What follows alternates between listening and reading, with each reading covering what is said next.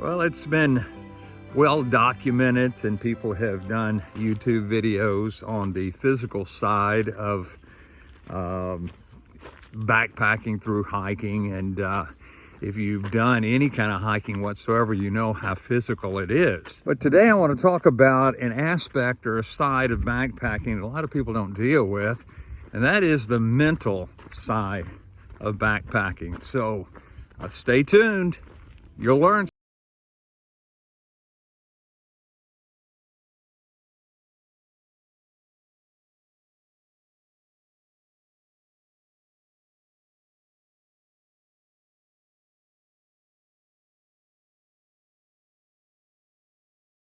Classes in college, I would learn that man is a threefold creature. And by man, I don't mean male. I mean Homo sapiens, okay? Homo sapiens are threefold creatures: body, soul, and spirit. Each one of these components is a means of communication. Your body is what you use to communicate with the outside world. You listen with your ears, smell with your nose, you see with your eyes, you touch, and of course all the organs and all the ligaments and muscles and stuff like that in your body. Your soul is what we communicate with each other. We communicate with each other soul to soul, not just by spoken communication, but we communicate soul to soul. I grew up in the 60s, and I'm sure you probably can't tell, but we used to have a saying.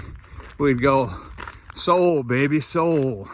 And man, you got a lot of soul. I know, it's dumb, but that's the 60s. Now, we communicate more than just by verbalizing words. We communicate with our eyes and our actions and stuff like that. And in other words, you can tell when somebody's mad just by looking at their eyes or the expression on their face. And the third component of mankind is our spirit. Now, we communicate with God with our spirit. Now, before you turn the video off, I'm not going to push religion on you. I've never done that before, and I'm not going to start now. If you believe in God or some form of higher deity, then you're a deist. If you believe in evolution and that you evolved and that there is no God, then you're a humanist. But either way, you have a means of communication to commune with your higher deity or with yourself. So we communicate with the outside world with our body, and then we communicate with each other with our soul, and then we communicate with God with our spirit. Now, I don't want to argue religion or whether that analysis fits with your outlook on life, but I do want to talk about the middle part of that, and that is called our soul. The Greek word for our English word soul is the word psyche. Now, I don't know if I'm pronouncing that right. It's where we get the word psychology, which basically is the study of the soul.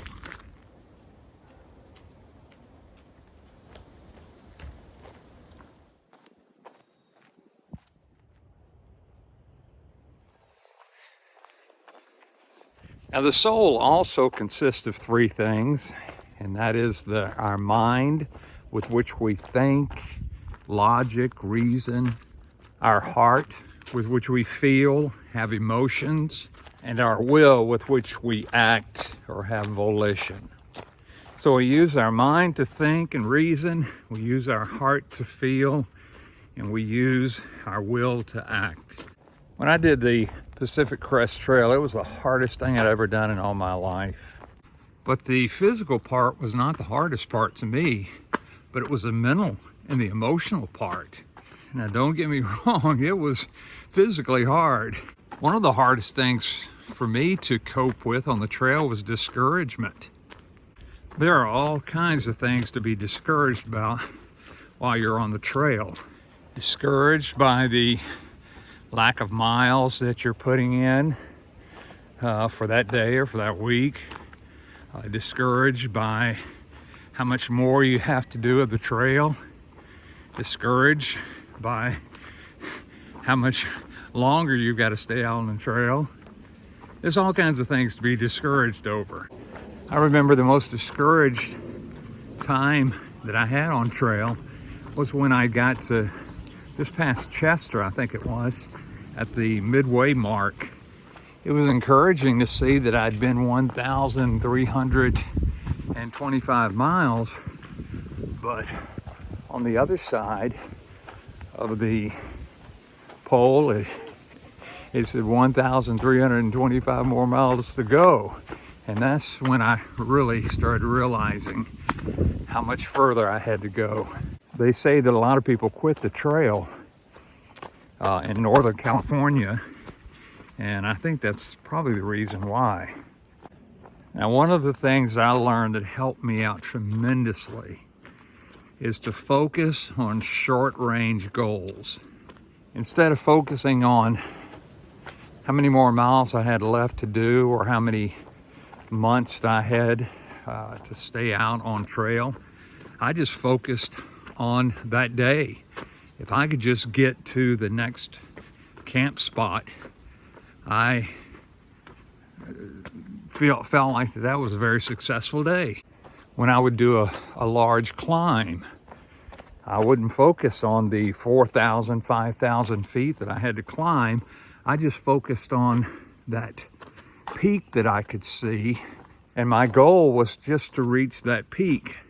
And then once I reached that peak, then my goal was to get to the next peak that I could see, and so on and so forth, until I accomplished the 4,000 or 5,000 foot climb that I had to do. So don't focus on the enormity of the trail or focus on how many more miles you've got to do, but just focus on each day at a time. Just take each day as a goal, and once you accomplish that goal, then you'll be encouraged by it. That's why I quoted that scripture so much. This is the day which the Lord hath made. We will rejoice and be glad in it.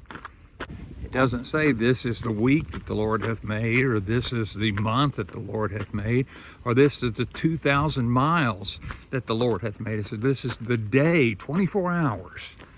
And so set short-range goals, reach those goals, and be encouraged at the end of your day.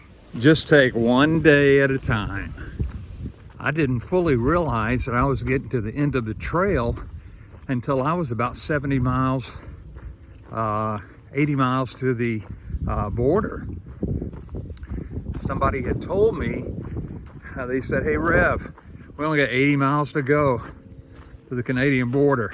And that's the first time that I even realized that I was almost finished. So don't look at the trail as a whole.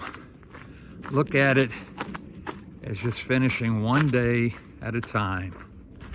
Another thing that was hard for me on the trail, mentally, was fear.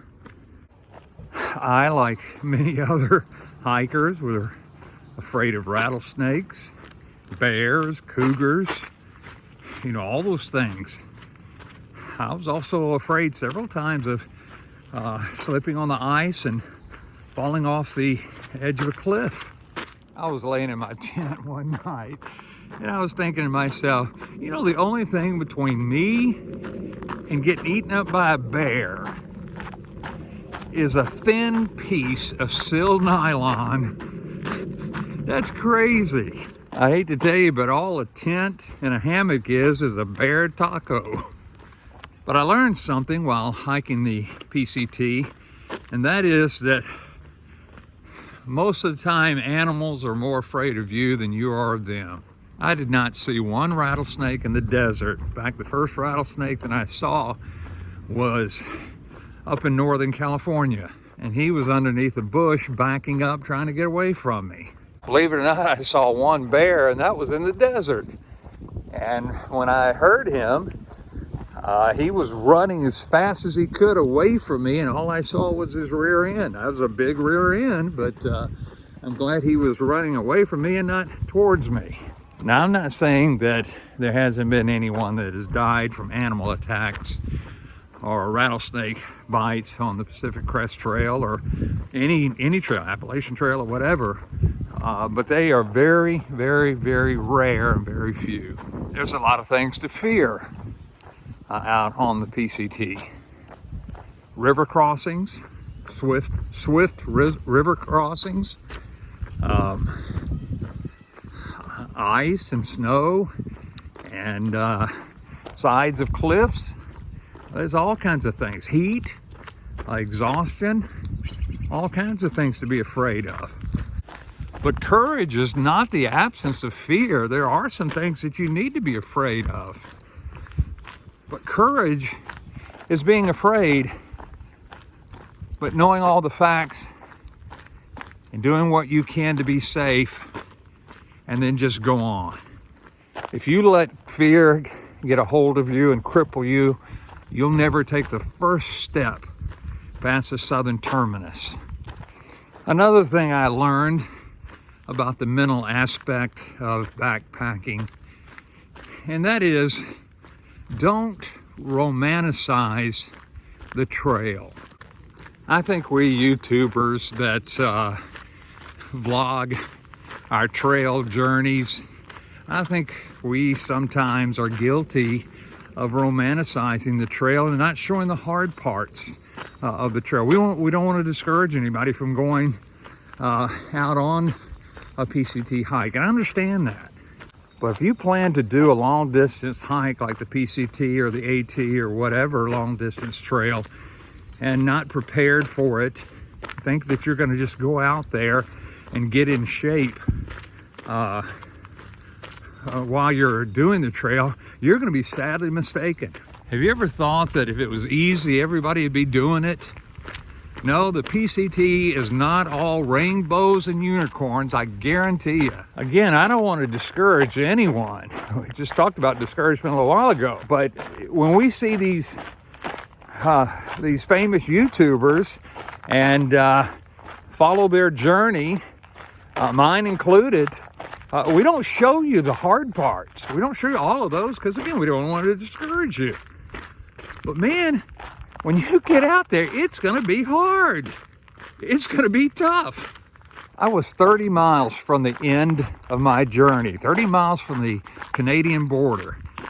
And of course, if you know anything about northern Washington, it rained for about 4 or 5 days straight. And cold, sleet. It was very hypothermic weather. I decided that was it. I was not going any further. I was hiking with a group of hikers, and I just went and told them, I said, look guys, you guys go ahead and finish. I'll just come back some other time. And I'll never forget my good friend Bird. He said to me, he said, come on, Rev, don't quit. You're bumming me out. And I told him, I said, look, I feel worse about discouraging you from finishing than I feel bad about myself not finishing. And so we got in Bird's girlfriend's car and went to this little town called Winthrop, and we holed up there until the rain stopped, and we had a 3-day window of opportunity, and so of good weather, and so we went back out to Hart's Pass and finished up the trail. But if you look at my last 2 videos of the PCT, I didn't really film a lot because I couldn't take my camera out. It was raining so much and you couldn't see anything anyway.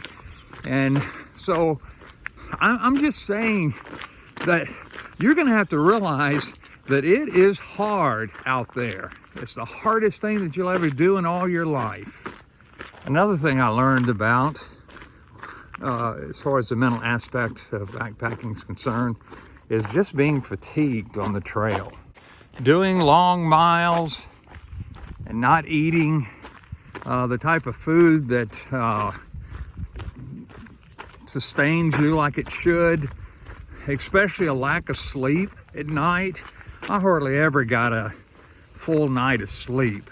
And sometimes you just feel fatigued. You get up in the morning at 4 o'clock and you're walking along and you're just stumbling around because your legs feel like lead and you're just not feeling it. The wind's howling all night, knocks your tent down. You have to get up in the middle of the night and put your tent back up, and you get hardly any sleep at all. And you get up in the morning and you are just wiped out. Have you ever fallen asleep while you were hiking? If you have to, just stop and take a nap for a little while.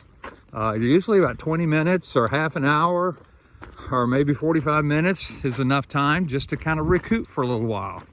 When I was hiking in the desert, I was so tired and so fatigued, my mind was just not there. I missed a turn and went about a mile in the wrong direction on the wrong trail. So I had to go a mile back, so that's 2 miles out of my way, just because my mind was just so stinking tired and fatigued. You just have a tendency to make a lot of mistakes when you're mentally fatigued. And so just take a rest. Stop and take a nap, or just sit down, take your pack off, just rest for a little while.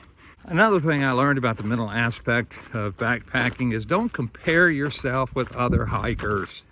I used to get so discouraged when I'd see hikers with long legs flying past me, and I was trying to keep up with them, and I'd either trip on something or just get wore out. I used to think, why wasn't I born with long legs? Come on. But I learned a valuable lesson, and that was, it's not how fast you hike, but it's how long you hike. That's the key. I did a video on that, and I will put the link up there somewhere. We have a saying in the hiker community, and that is hike your own hike.